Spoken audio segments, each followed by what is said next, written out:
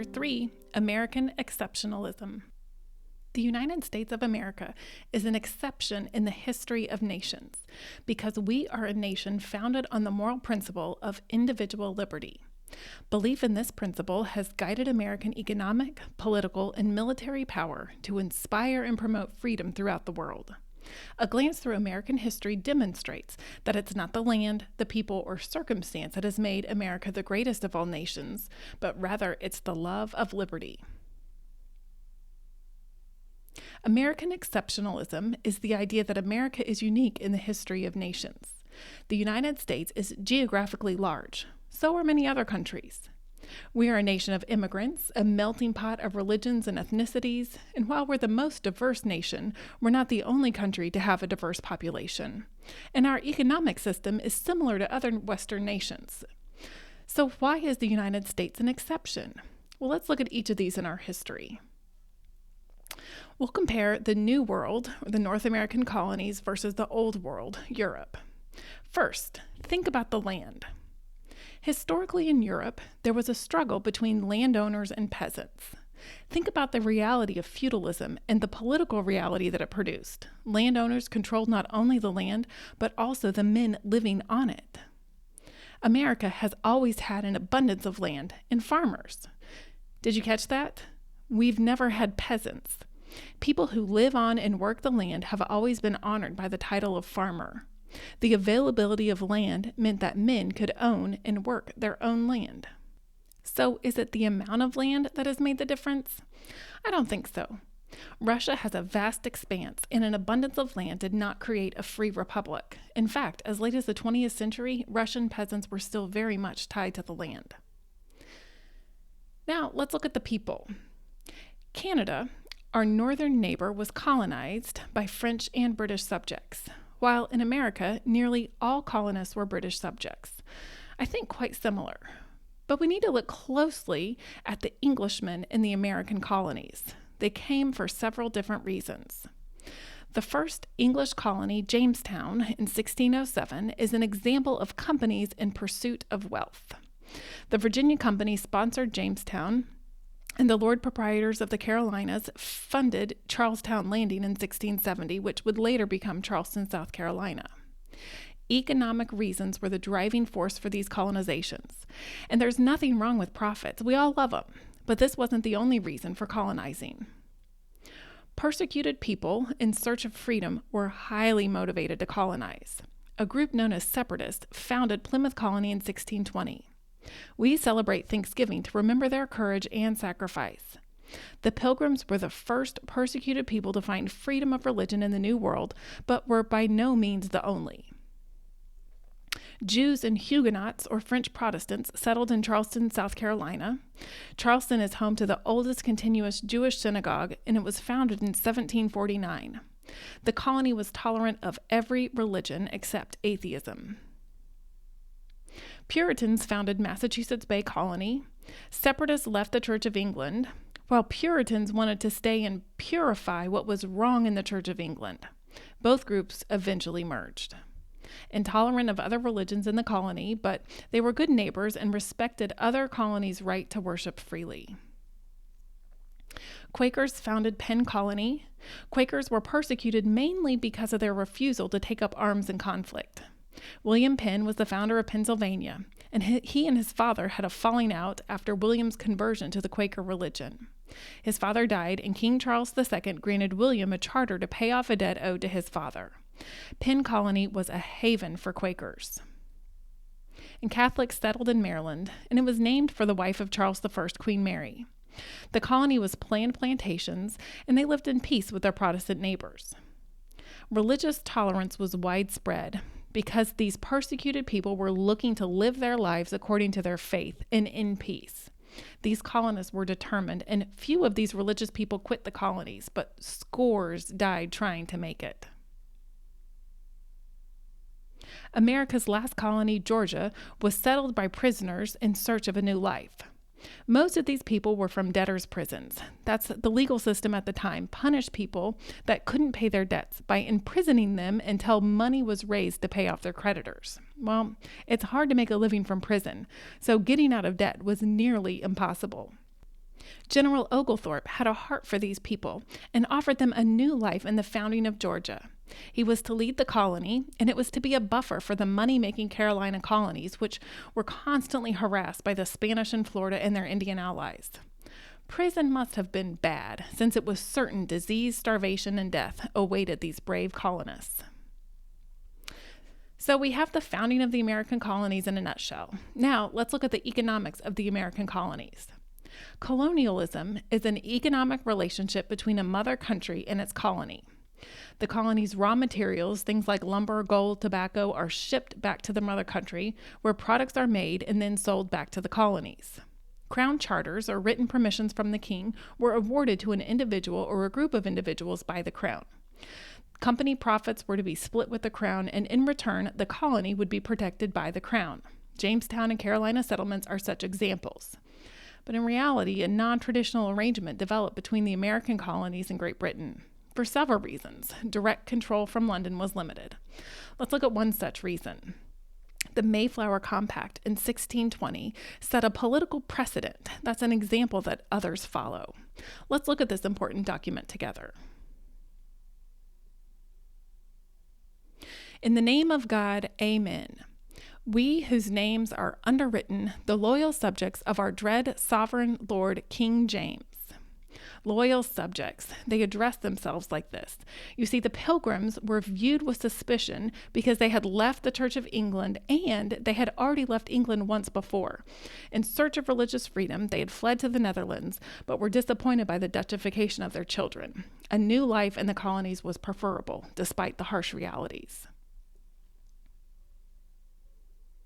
Sovereign Lord King James, by the grace of God of Great Britain, France, and Ireland, King, Defender of the Faith. The king's title gives us lots of information. Great Britain is the singular term used to describe England, Wales, and Scotland. And King of France may surprise you, but the English and French have a long-standing back and forth over who owns what. And King of Ireland is pretty generous. The British really only have a little of Ireland, Northern Ireland. Having undertaken for the glory of God and advancement of the Christian faith and the honor of our king and country, a voyage to plant the first colony in the northern parts of Virginia, the total traveling days for these pilgrims was 97 days. They landed north of the intended Virginia colony in unowned land. Actually, the tribe that had previously occupied Cape Cod had been wiped out by a plague, and other tribes were convinced it was a cursed land, and they all left it unoccupied. Do by these presents solemnly and mutually in the presence of God and one another, covenant and combine ourselves together into a civil body politic for our better ordering and preservation and furtherance of the ends aforesaid, and by virtue hereof do enact, constitute, and frame such just and equal laws, ordinances, acts, constitutions, and officers from time to time as shall be thought most meet and convenient for the general good of the colony, unto which we promise all due submission and obedience. So before leaving the ship, they decided to draft a governing agreement. This is the first time in recorded history that a free group of men voluntarily joined together to make a government.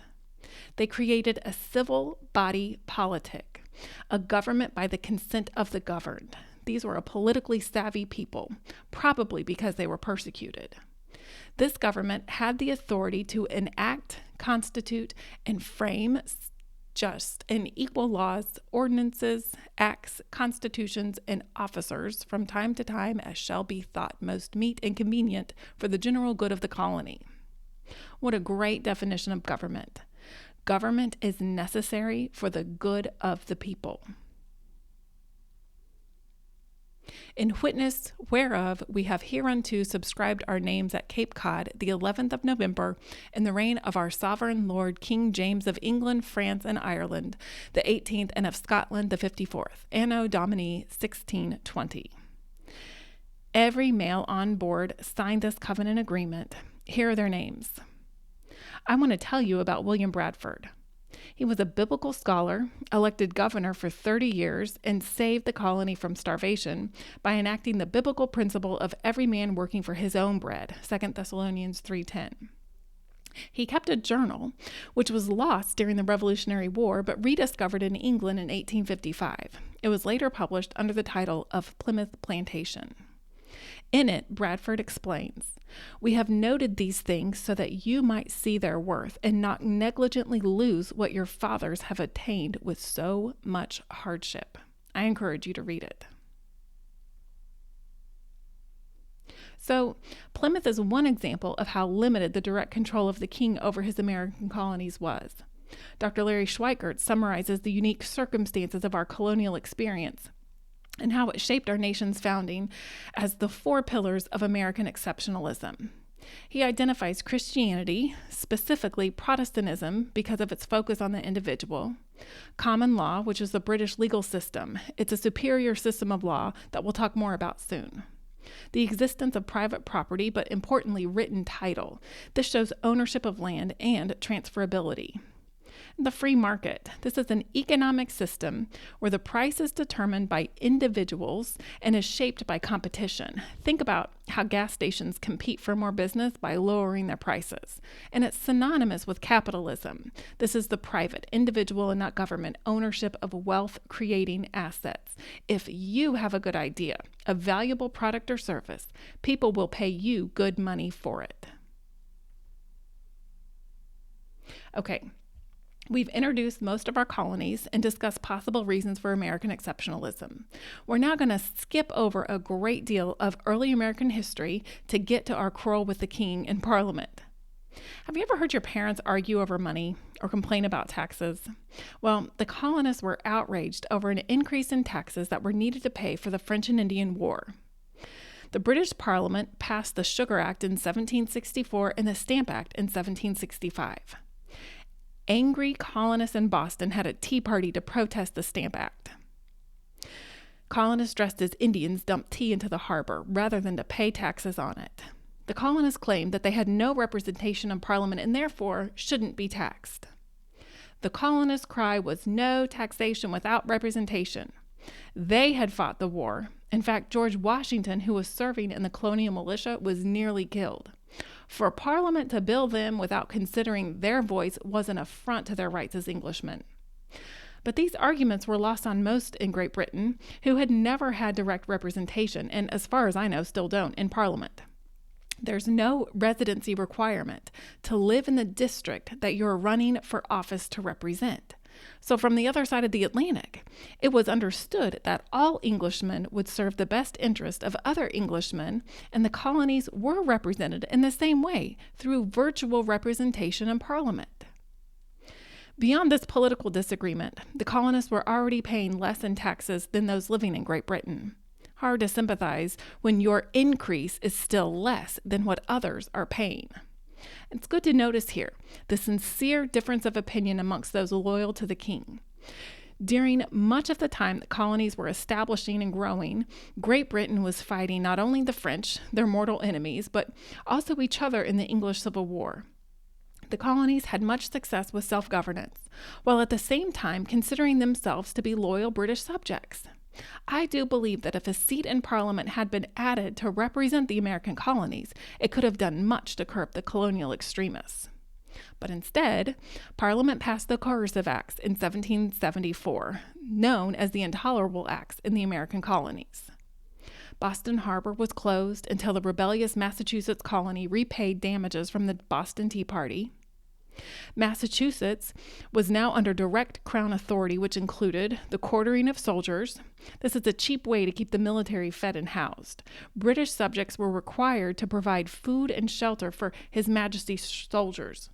And having soldiers in people's homes kept the British government informed of who was loyal and who was not. Town meetings were restricted, and British officials were to be tried in Britain for crimes committed in the colony. Can you think of any possible crimes that could be committed while soldiers were staying in civilian homes? And if a crime was committed, how likely is it that the colonists would travel to England to testify in the trial? Do you think a jury would side with the soldier or with the colonists? Parliament made Massachusetts an example to other colonies that might be thinking of rebellion. But what most colonists could now clearly see was that their rights as Englishmen were dependent on a governing body that didn't include them. The colonial response was absolute unity of, until then, 13 very independent colonies. Aid to Boston was organized and delivered by the other colonies, which led to the First Continental Congress, called in September of 1774. It was a political action only. They petitioned the king and called for a boycott of British goods in the colony. The Second Continental Congress was called in May of 1775. This is the first military action. The colonies established an army and named George Washington commander-in-chief. For the first time, talk of independence was spreading through the colonies, mostly from one man's pen. Thomas Paine, who had only recently made his way to the colonies, wrote 2 incredibly influential pamphlets. The first, Common Sense, published in January of 76, provided the case for independence. The Crisis, published in December of 1776, was a call to arms. These are the times that try men's souls. The summer soldier and the sunshine patriot will, in this crisis, shrink from the service of his country. But he that stands it now deserves the love and thanks of man and woman. Tyranny like hell is not easily conquered. Yet we have this consolation with us, that the harder the conflict, the more glorious the triumph. What we obtain too cheap, we esteem too lightly. It is dearness only that gives everything its value. Heaven knows how to put a proper price upon its goods, and it would be strange indeed if so celestial an article as freedom should not be highly rated. Here's a short timeline of the conflicts that led eventually to the colonies declaring independence. Remember, the French and Indian War ended in 1763, and the Stamp Act was passed in 1765. The Boston Massacre was March 5th, 1770. A group of soldiers opened fire on protesters. John Adams actually defended the soldier that fired into the crowd despite his sympathies belonging to the colonies. Adams' first loyalty was to the rule of law, and he successfully proved the protesters were actually an illegal mob. The Boston Tea Party, December 16, 1773, we've already talked about. Lexington and Concord, April 19, 1775. This is the shot heard round the world. British soldiers had set out from Boston to seize guns and ammunition from suspected rebels, but they ended up in an exchange of fire with colonial militia called Minutemen. The British regulars were under heavy fire from the Minutemen, using tactics learned from fighting Indians. They ran for their lives back to Boston. The Battle of Bunker Hill, June 17, 1775, took place during the Siege of Boston. Most of the fighting took place on Breed's Hill, and it was necessary for control of the Boston harbor. Rebels held their fire until they saw the whites of their enemies' eyes. Low on ammunition, the hill was finally captured by the British, but only after significant losses. I highly recommend the book or Disney movie classic, Johnny Tremaine. The British attack on Charleston, South Carolina on June 28, 1776. Fort Moultrie is an island that protected Charleston Harbor. It was defended by a simple palmetto log fort, but it withstood a 9-hour attack from the British. Palmetto logs are naturally spongy, and instead of the British cannon fire destroying the fort, the cannonballs simply impacted into the logs. And it's why the palmetto tree is honored on the South Carolina flag. June 28th, that's where we'll leave it today. It's been a bit of a crash course in early American history, so if you'd like to know more, please check out my early American history course. Next time, we will declare our independence.